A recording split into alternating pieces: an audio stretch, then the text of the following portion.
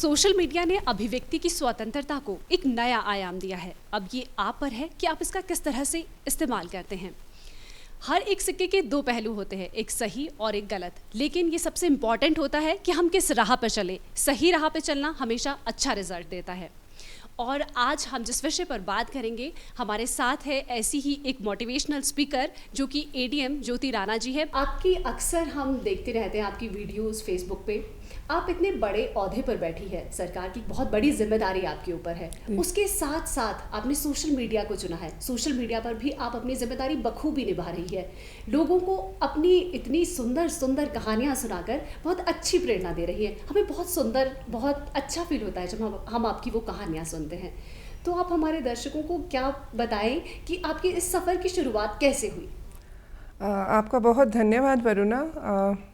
आप मुझे बड़ी खुशी हुई कि आप युवा लोगों को खास करके मेरी बातें अच्छी लग रही हैं। ये आप ठीक कह रही हैं कि हम पर जिम्मेदारी इस तरह की है कि समय मिल नहीं पाता। तभी आपने शायद सुना होगा कि मेरे टॉक्स का नाम भी संडे टॉक्स है। कि टाइम इसकी शुरुआत कैसे हुई थी, जब कोविड टाइम्स थे और जब फर्स्ट लॉकडाउन के बाद ऑफिसेज खुल गए थे तो स्टाफ बहुत कम आता था और मोस्टली हम काम ऑनलाइन कर रहे थे।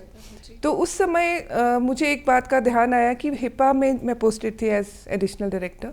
तो वहाँ पर हमारे जो कोर्सेज चलते थे उसमें भी मैं स्ट्रेस मैनेजमेंट और हैप्पीनेस क्वोशिएंट पे बात जब करती थी तो काफ़ी पार्टिसिपेंट्स कहते थे, मोस्टली हमारे जो सरकारी कर्मचारी हैं, कि आपको इन चीज़ों को थोड़ा थोड़ा रिकॉर्ड करके रखना चाहिए ताकि हम कभी इससे रेफरेंस ले सकें। तो उस टाइम पे मुझे तो मुझे उस टाइम ये याद आया कि हाँ, अभी अगर थोड़ा समय मिला है तो मैं कुछ अलग अलग टॉपिक्स के कुछ बनाऊँ उन पे वीडियोस। तो फिर उनको मन किया कि कोई लोग ज़्यादा भी देखें तो उनको सोशल मीडिया पे डाला और उसका रिस्पांस धीरे धीरे धीरे होते होते आज काफ़ी लोग इसकी जब प्रशंसा करते हैं। मुझे लगता है प्रशंसा से ज़्यादा अगर किसी की लाइफ में थोड़ा सा भी पॉजिटिव चेंज आता है तो पर्पज़ वही है, पर्पज़ वो है उसका। क्योंकि प्रशंसा तो आप जैसे लोग अगर कर रहे हैं तो मेरे लिए सबसे ज़्यादा खुशी की बात हुई है। मैं आज बात करना चाहूँगी आज की युवा पीढ़ी के बारे में। आज की युवा पीढ़ी की अगर हम बात करें, इवन हम अपनी भी बात करें, तो हम सोशल मीडिया से बहुत ज़्यादा जुड़ गए हैं। सोशल मीडिया के बिना मतलब जीवन की कल्पना करना थोड़ा असंभव सा लगता है। पहले हम कहते थे कि ये हमारा बेस्ट फ्रेंड है, ये हमारी बेस्ट फ्रेंड है, लेकिन अब समय ऐसा गया कि फ़ोन ही फ्रेंड बन गया है। कुछ भी इन्फॉर्मेशन लेने, कुछ भी सब कुछ हमें सोशल मीडिया पे। तो आपकी जो कहानी जो आप अपनी संडे टॉक्स में भी सुनाती हैं, उसी में से कोई एक खूबसूरत कहानी आप हमारे दर्शकों को सुना दीजिए ताकि वो उससे इंस्पायर हो जाए कि उनको किस तरह से सोशल मीडिया को यूज़ करना है। सोशल मीडिया एक ऐसी चीज़ है जिसके पॉजिटिव्स भी हैं और साथ साथ जो आपने भी मेंशन किया नेगेटिव्स भी हैं। पॉजिटिव आप देखिए कि आजकल इन्फॉर्मेशन डिसेमिनेट करना कितना आसान है। अगर आप मुझे आज इंटरव्यू कर रही हैं तो इसका रीज़न भी वो सोशल मीडिया के टॉक्स ही हैं। पॉजिटिव, और आप किस तरह से अपने उन दोस्तों से भी जुड़े जो बहुत पहले कभी बिछड़ गए थे, है ना, और आज आप उनके साथ कनेक्टेड हो। साथ ही आप वर्चुअली ऐसे लोगों से भी कनेक्ट हो रहे हो जिन्हें आप नहीं जानते, लेकिन आप अपने विचार भी उनसे साझा कर सकते हो।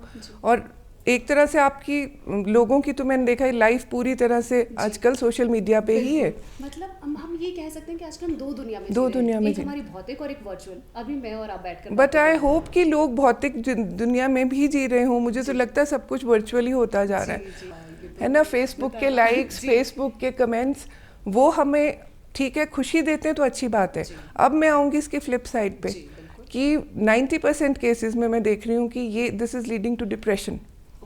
लोग इनसिक्योर हो रहे हैं, अपनी को पिक्चर डालेंगे, उसके बाद अगर कमेंट्स या लाइक्स ज़्यादा ना आए तो वो अपने आप को लेस फील करने लग जाते हैं कि मैं शायद मैं फिर वो बेटर फिल्टर डाल के फ़ोटो डालेंगे अपनी, है ना। तो आप वैलिडेशन सीख कर रहे हो, पर उन लोगों से जिन्हें आप जानते भी नहीं, क्योंकि जो आपके शुभचिंतक है वो तो आपको वैसे भी बता ही देंगे कि ये चीज़ सही है या नहीं है।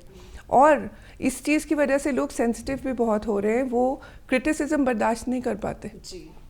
आई थिंक फेसबुक पे भी डिसलाइक का बटन नहीं है, सिर्फ लाइक्स का है ना। क्योंकि अगर डिसलाइक का बटन हो और उस पर ज़्यादा आ जाए, आई थिंक ज़्यादा डिप्रेशन हो जाएगा। कहीं ना कहीं हमने वर्चुअल को रियल मानना शुरू कर दिया। और जो मैंने एक स्टोरी शेयर भी की थी उसमें कि एक लेडी थी और उनकी डिलीवरी होती है और वो बड़े परेशान होके ढूंढ रहे होते हैं अपने बेड पे कुछ, और नर्स आके देखती है कि वो ये बेचारी कितनी परेशान है और कहती है कि अरे मैं अभी आपका बेबी लेके आती हूँ, वो दूसरे इंक्यूबेटर रूम में है। तो लेडी कहती है अरे मैं अपना फ़ोन ढूंढ रही हूँ। सो यू नो कहीं ना कहीं वो ह्यूमन कनेक्ट जो ख़त्म हो रहा है। तो ये बात आप इसको जोक की तरह लो या फिर एक लेसन की तरह कि हम किस दिशा में जा रहे हैं। हाँ, लेसन की तरह लेना बहुत इंपॉर्टेंट है, क्योंकि हमें एक दिशा बता रहा है कि हम किस दिशा में जा रहे हैं। आजकल हमारे खास करके मुझे लगता है कि जो बुजुर्ग लोग हैं वो इस वजह से बहुत ज़्यादा उपेक्षित महसूस करते हैं, क्योंकि पहले जो चीज़ें इवन छोटे बच्चे आजकल जो फ़ोन्स के साथ ही आप पाओगे उनको, तो वो लोग अपने दादा दादी नाना नानी से स्टोरी सुनते थे, है ना, और उनका मार्गदर्शन लेते थे। एक तो उसके दो फायदे होते थे, एक तो उन बुजुर्गों का भी दिल लगता था जो सबसे ज़्यादा सिर्फ आपकी अटेंशन चाहते, और दूसरा ये था कि वो ना सही दिशा में बच्चे भी रहते थे क्योंकि वो मार्गदर्शन रहता था। अब वो दोनों चीज़ें कहीं ना कहीं डाइल्यूट हो गई हैं, क्योंकि पहले क्या होता था कि मतलब अपने दादा दादी नाना नानी के पास बैठकर दो बातें, कुछ भी पुरानी बातें जो वो हमें सिखाते थे वो हमारे लिए एक सीख बन जाती थी कि हमें ऐसे ही करना है। लेकिन अब आजकल के बच्चों को अगर हम पेरेंट्स की बात करें तो इतनी जल्दी फ़ोन दे देते हैं कि सिर्फ उनका फ़ोन तक ही उनका ध्यान जो है वो सीमित रह जाता है। लेकिन साथ ही साथ हम जानना चाहेंगे हमारे युवा पीढ़ी को ये बताइए कि युवा पीढ़ी को जो है वो किस तरह से इस ट्रैक से, सोशल मीडिया वाले ट्रैक से थोड़ा हटकर अपनी पर्सनल लाइफ में अपने बुजुर्गों के साथ समय बिताना है, इस पर थोड़ा विचार रखिए।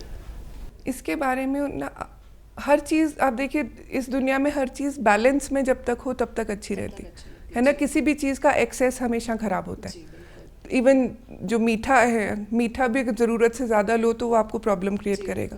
तो सोशल मीडिया भी एक तरह से बड़ी मीठी सी चीज़ लगती है जो आप एडिक्टिव है ये बहुत ज़्यादा। मुझे मीठा जहर है, मीठा जहर है बिल्कुल।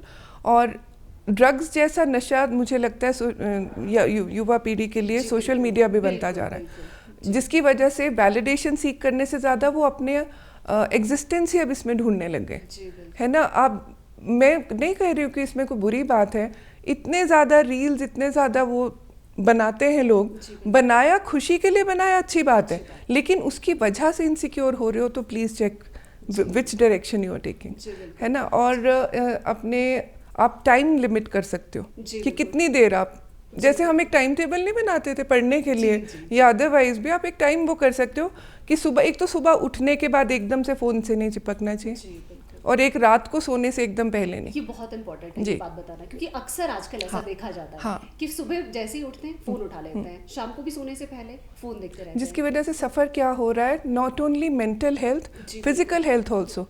एक्सरसाइज नहीं करेंगे क्योंकि उस टाइम पे भी आप फ़ोन पे हो, आप अपनी हेल्थ पे ध्यान नहीं दे रहे हो, आप अपना कई बार तो मील्स भी स्किप कर जाते हैं, है ना। तो क्योंकि मैं इसलिए देख रही हूँ क्योंकि मेरे भी ग्रोइंग बच्चे हैं, और वो लोग, मेरी बेटी कॉलेज में, मेरा बेटा स्कूल में, तो अब उन्होंने भी धीरे धीरे इस चीज़ को रियलाइज़ कर लिया, हो सकता है मेरे टॉक्स देख के, क्योंकि एक और चीज़ कि बच्चों के साथ डायरेक्ट चीज़ बात करना भी पेरेंट्स का बहुत जो कम हो रहा है। तो मैक्सिमम पेरेंट्स जो है वो वर्किंग है, इस वजह से भी अपने बच्चों को टाइम नहीं दे पा रहे, लेकिन ये बहुत इंपॉर्टेंट है कि हम अपने बच्चों को टाइम दें। और पेरेंट्स अगर वही वाली बात आ गई फिर से कि रात को सोने से पहले फ़ोन देख रहे हैं, तो वो कब बात करेंगे।